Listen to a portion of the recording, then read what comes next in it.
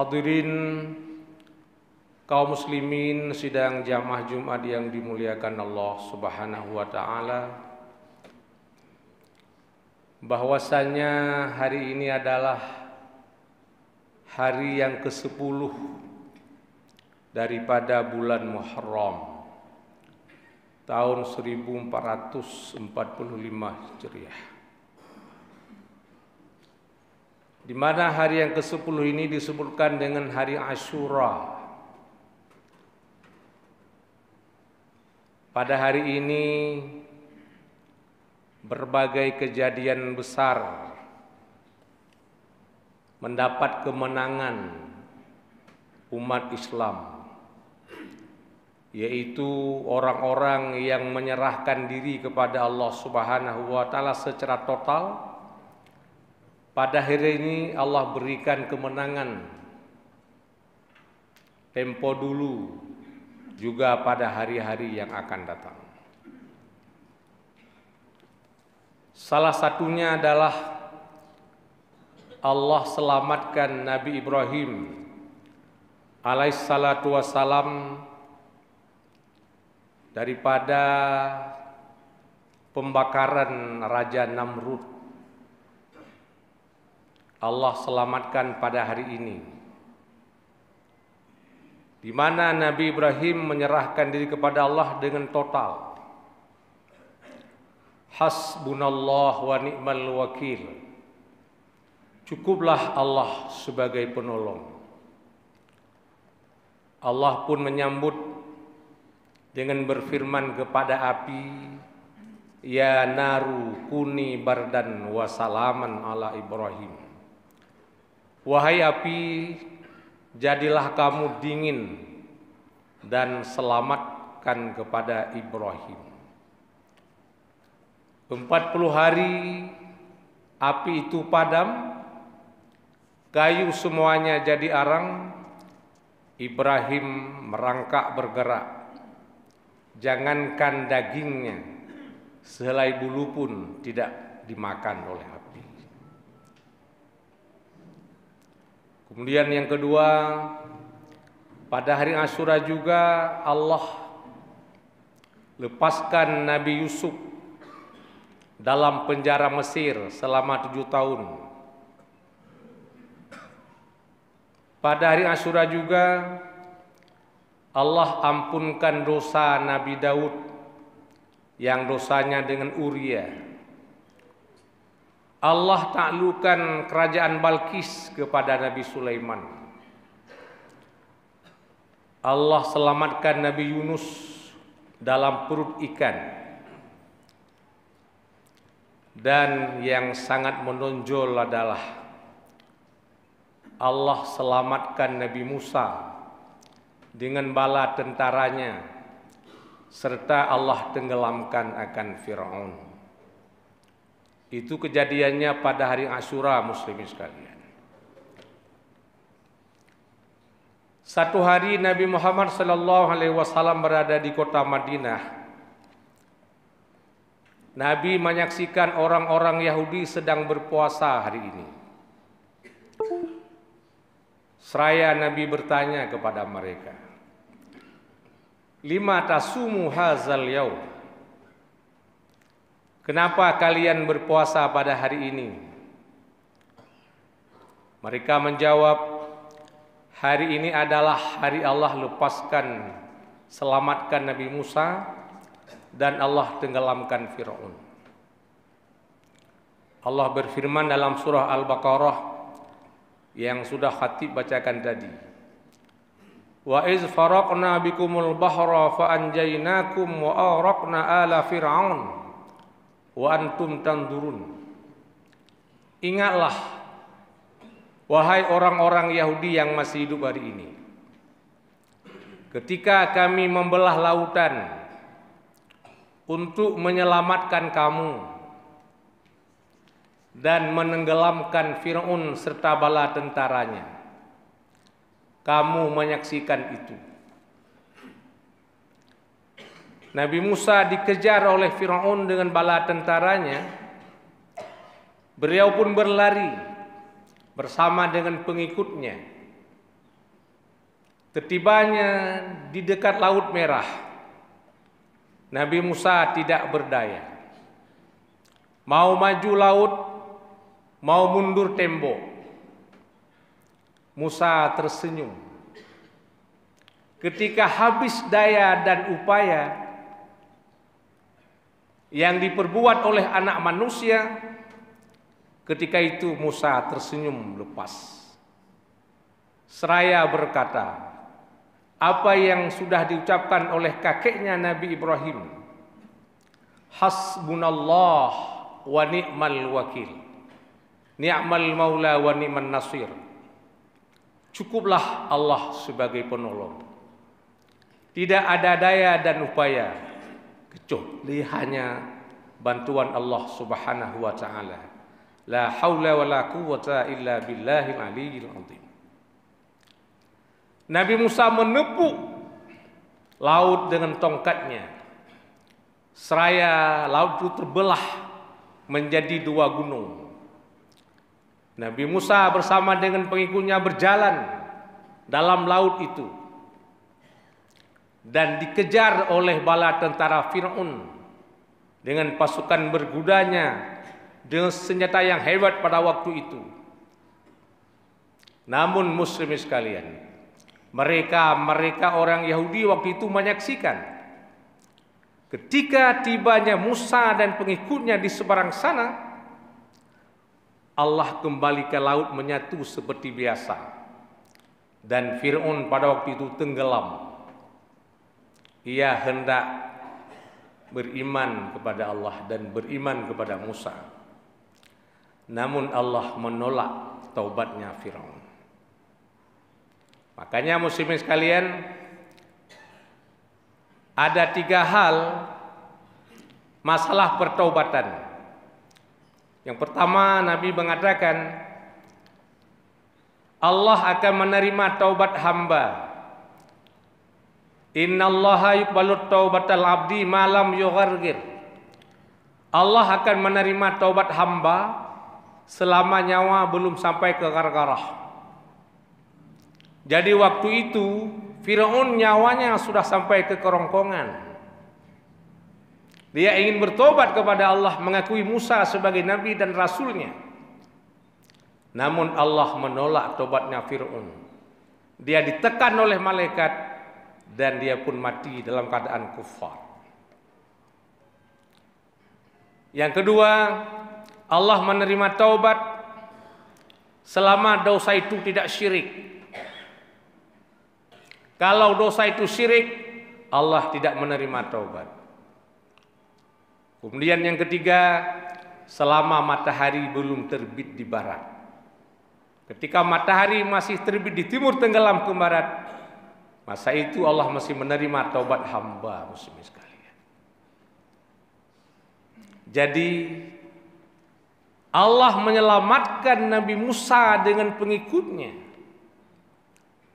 Allah tenggelamkan Fir'aun. Ini kejadiannya pada hari 10 Muharram, yaitu hari Asyura. Maka mereka orang Yahudi di Madinah pada waktu itu berpuasa. Ketika itu Nabi mengatakan, nahnu haqqu bi Musa minkum. Kami lebih berhak dengan Musa ketimbang kalian. Kenapa? Karena kalian pada akhirnya menentang dengan Musa. Kamilah sampai hari ini setia dengan Nabi Musa, kata Muhammad sallallahu alaihi wasallam. Fasaumuhu wa amara sahabahu bisaumi. Maka Nabi pun berpuasa pada hari ini dan Nabi memerintahkan sahabatnya untuk berpuasa. Jadi Nabi berpuasa pada hari Asyura. Cuma untuk membedakan puasa dengan puasa orang Yahudi, kita puasa hari Tasyrik kemarin. Cuma Nabi tidak melakukan. Namun Nabi mengatakan dalam satu hadisnya, lau baqitu ila qabilin la sumannat Tasyrik. Andai kata aku masih hidup untuk tahun yang akan datang, aku akan berpuasa hari Tasyrik, yaitu hari 9 Muharram. namun Nabi wafat, muslimin sekalian.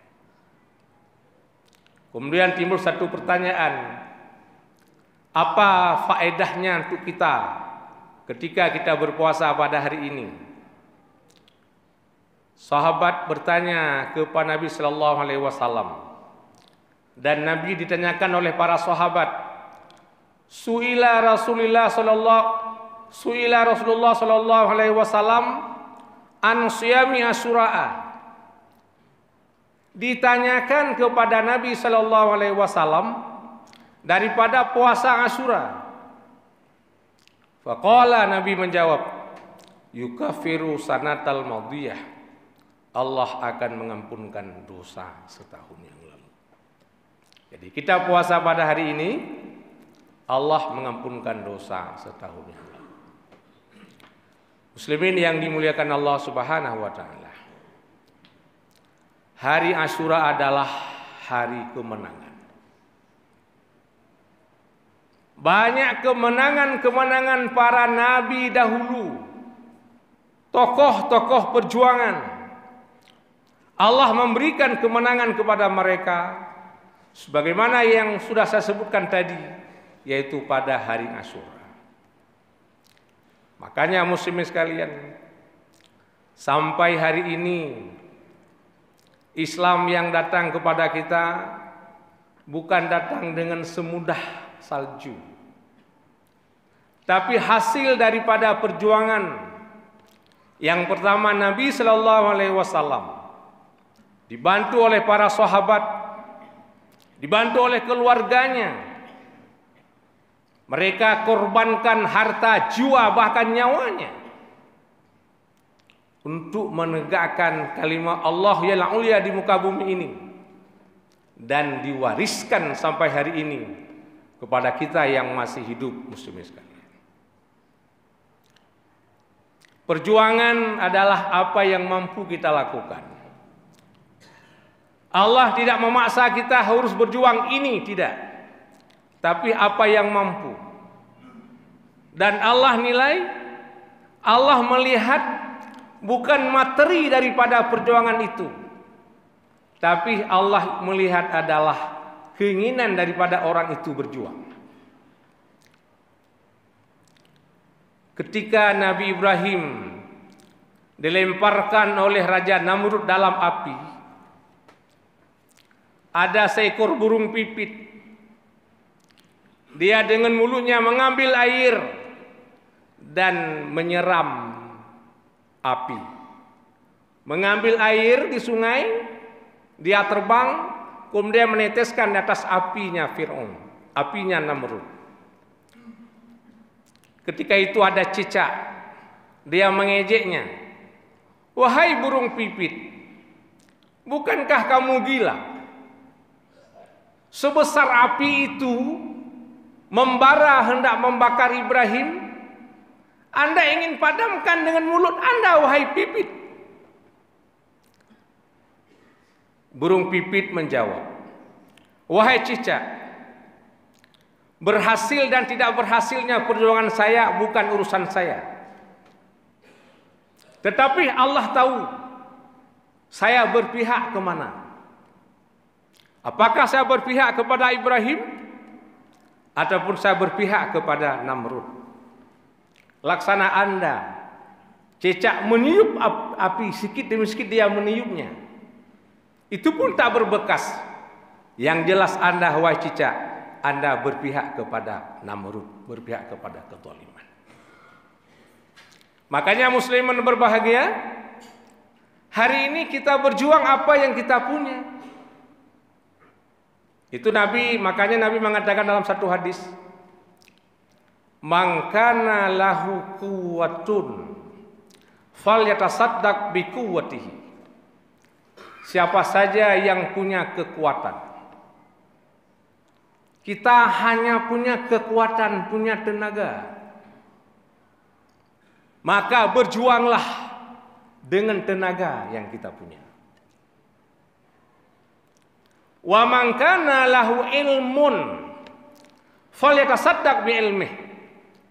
Siapa saja kalian yang punya secercah ilmu, maka berjuanglah dengan ilmu yang Anda punya.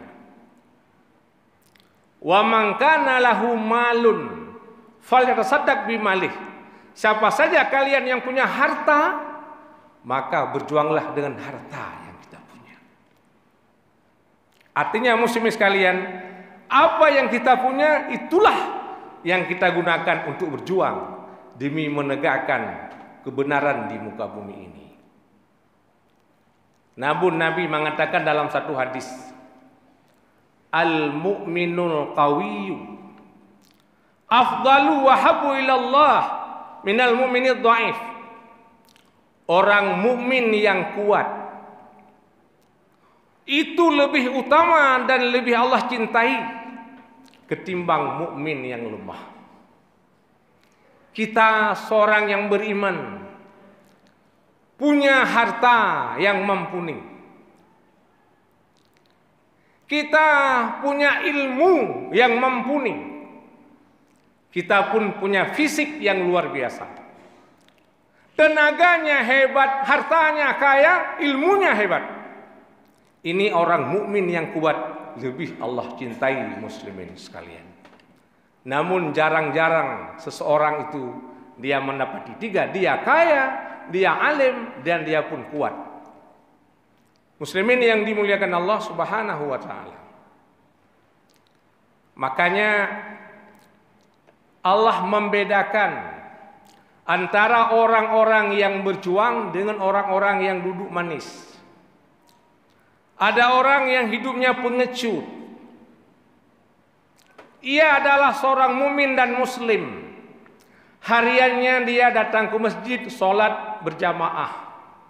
Ia berzikir, membaca Al-Quran dan mendengar kajian. Selepas itu dia pulang ke rumah. Tidak peduli dengan lingkungan yang ada. Bagaimana Islam sekarang dirongrong dalam setiap sisi untuk menenggelamkan akan Islam ini, nggak peduli dia. Asalkan dia sholat, orang dia puasa, orang dia zakat, orang dia baca Al-Quran, orang dia i'tikaf, selesai. Jadi nggak peduli dengan perkembangan yang sedang terjadi di antara kita muslimin sekalian. Bagaimana bedanya? Allah berfirman dalam surah An-Nisa ayat 95. Apa kata Allah? A'udzubillahi minasyaitonirrajim. La yastawil qa'iduna minal mu'minina ghairu ulid darari wal mujahiduna fi sabilillahi bi amwalihim wa anfusihim. Faddalallahu al-mujahidina bi amwalihim wa anfusihim al-qa'idina darajat. Wa kullu wa'adallahu al-husna. Wa faddalallahu al-mujahidina al-qa'idina ajran 'azima. Tidak sama, Pak. Tidak sama orang-orang yang duduk daripada orang mukmin yang tidak mudarat, dia hanya duduk manis. Dengan orang-orang yang berjihad di jalan Allah dengan harta mereka dan jiwa mereka. Ada orang berjuang dengan hartanya dan jiwanya. Ada orang bersembunyi di rumah, namun dia taat kepada Allah dalam persembunyiannya. Itu tidak sama muslimin sekalian. Faddalallahu al-mujahidina bi amwalihim wa anfusihim 'alal qa'idina darajat. Allah lebihkan orang-orang yang berjihad dengan hartanya dan jiwanya dengan orang-orang yang duduk manis beberapa derajat yang sangat tinggi muslimin sekalian. Kalau kita sholat berjamaah hanya mendapat 27 derajat ataupun 25. Tapi orang yang berjuang dengan orang yang duduk manis, derajatnya tidak terhingga muslimin sekalian. Namun apa kata Allah kepada orang-orang yang audur nih? Wa kullu wa'adallahul husna. Kepada masing-masing itu Allah berikan pahala. Allah berikan surga. Ada orang yang audur karena dia takut, karena dia perempuan, karena dia anak-anak, karena dia nggak tahu jalan, dia tak berjuang. Keduanya Allah berikan pahala. Namun Allah lebihkan orang yang berjihad di atas orang yang duduk ajran azimah, pahala yang sangat besar, muslimin sekalian. Itu makanya dulu ketika Nabi berhijrah, Nabi berangkat dari Mekah ke Madinah didampingi oleh Abu Bakar Siddiq. Nabi berhijrah secara manusiawi, Pak. Kalau kita tanya, kenapa Nabi tak langsung minta bantuan kepada Allah? Bisa. Nabi Muhammad Allah bukan Nabi yang cengeng. Kalau dia minta bantuan kepada Allah langsung Nabi terbang ke Madinah dalam jangka 2 detik. Tetapi bagaimana pengikut-pengikutnya sampai hari ini? Nabi berangkat ke Madinah.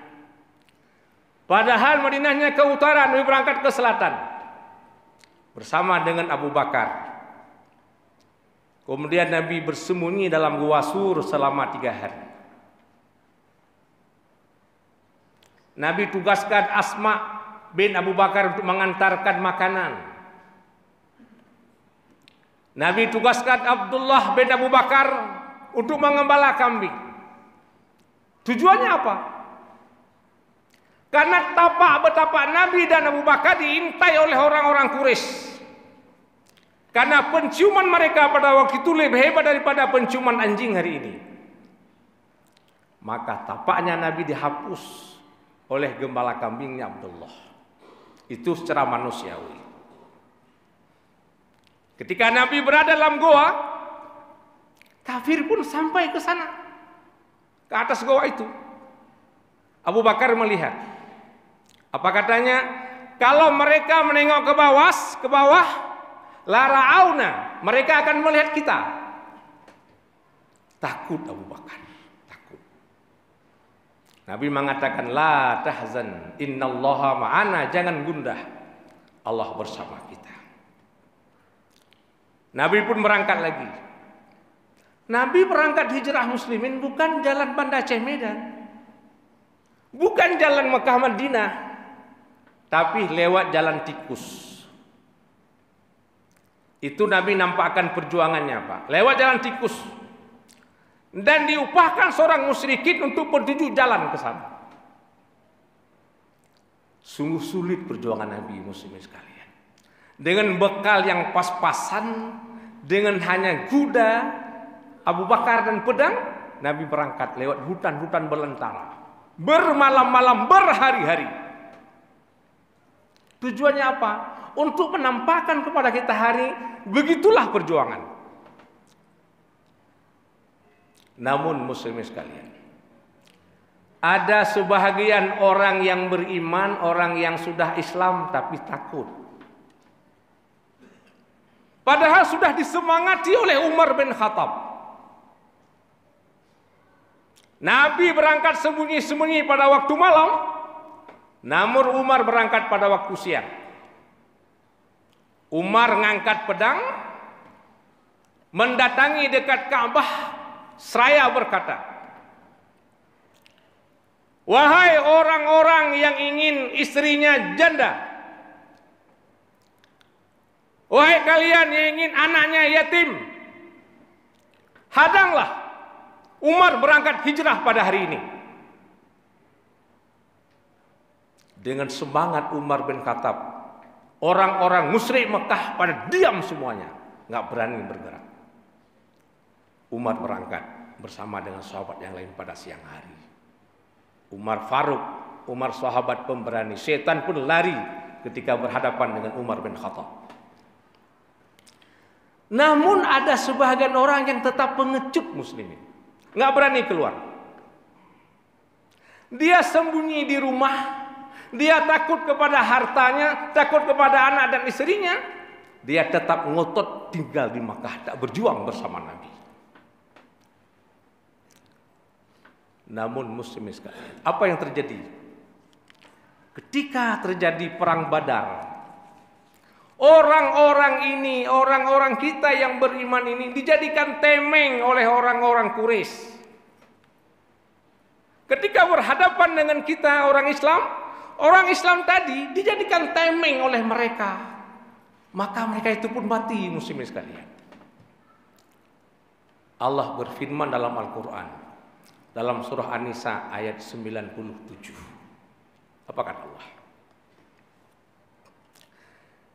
Innal ladzina tawaffahumul malaikatu zalimi anfusihim qalu fima kuntum qalu kunna mustad'afina fil ard qalu alam takun ardullahi wasi'ah ulaika ma'wahum jahannamu wa sa'at masira. Orang-orang yang dicabut nyawa oleh malaikat karena menzalimi diri mereka. Kenapa mereka menzalimi dirinya? Mereka pengecut. Orang-orang yang bersembunyi di rumah tak berani hijrah bersama Nabi, itu orang-orang yang menzalimi dirinya. Lalu Allah cabut nyawanya pada perang Badar karena dijadikan tameng oleh orang-orang kafir Quraisy. Qalu, malaikat berkata kepada mereka pada waktu itu muslimin, fima kuntum, kenapa dengan kalian? Kenapa kalian tidak berani hijrah berjuang bersama Nabi Muhammad? Sampai hari ini kalian dijadikan tameng oleh orang-orang kafir Quraisy. Qalu, mereka menjawab, kunna mustad'afina fil ard. Kami adalah orang-orang yang lemah di bumi. Kami adalah orang-orang yang tidak berani muncul ke permukaan. Kami nggak berani menegakkan Islam di Mekah ketika Nabi sudah sampai di Madinah. Qalu, malaikat pun berkata lagi, alam takun ardullahi wasi'ah fatuhajiru fiha. Bukankah bumi Allah ini luas? Kenapa kamu tak berhijrah di sana? Kalau jalan ini ditutup oleh orang Quraisy, bisa cari jalan yang lain. Kalau jalan ini tersendat, bisa cari tempat yang lain. Kenapa kamu tak berhijrah? Faulaika ma'wahum jahannamu wa sa'at masira. Maka mereka itu Allah tempatkan dalam neraka jahanam, dan itu seburuk-buruk tempat muslimin sekalian. Makanya muslimin, jangan pernah takut berjuang. Berjuang mati, tak berjuang mati juga. Daripada mati koyol, lebih baik mati dalam perjuangan. Khalid bin Walid, 85 peperangan yang dihadiri oleh Khalid bin Walid. Dia bermohon kepada Allah agar dia syahid, namun dia mati di atas kasur, Pak. Ketika orang-orang memandikan jenazah Khalid bin Walid, dia melihat 80 buah parut, Pak, batu Khalid bin Walid. Parut kenang panah, parut kenang lembing. Tapi Khalid tidak mati, Pak, di medan perang, namun dia mati di atas kasur, muslimin sekalian. Islam adalah agama berjuang. Berani berjuang, rela berkorban. Takut berkorban, jangan berjuang. Tidak berjuang, berhenti hidup, muslimin sekalian. Semoga bermanfaat.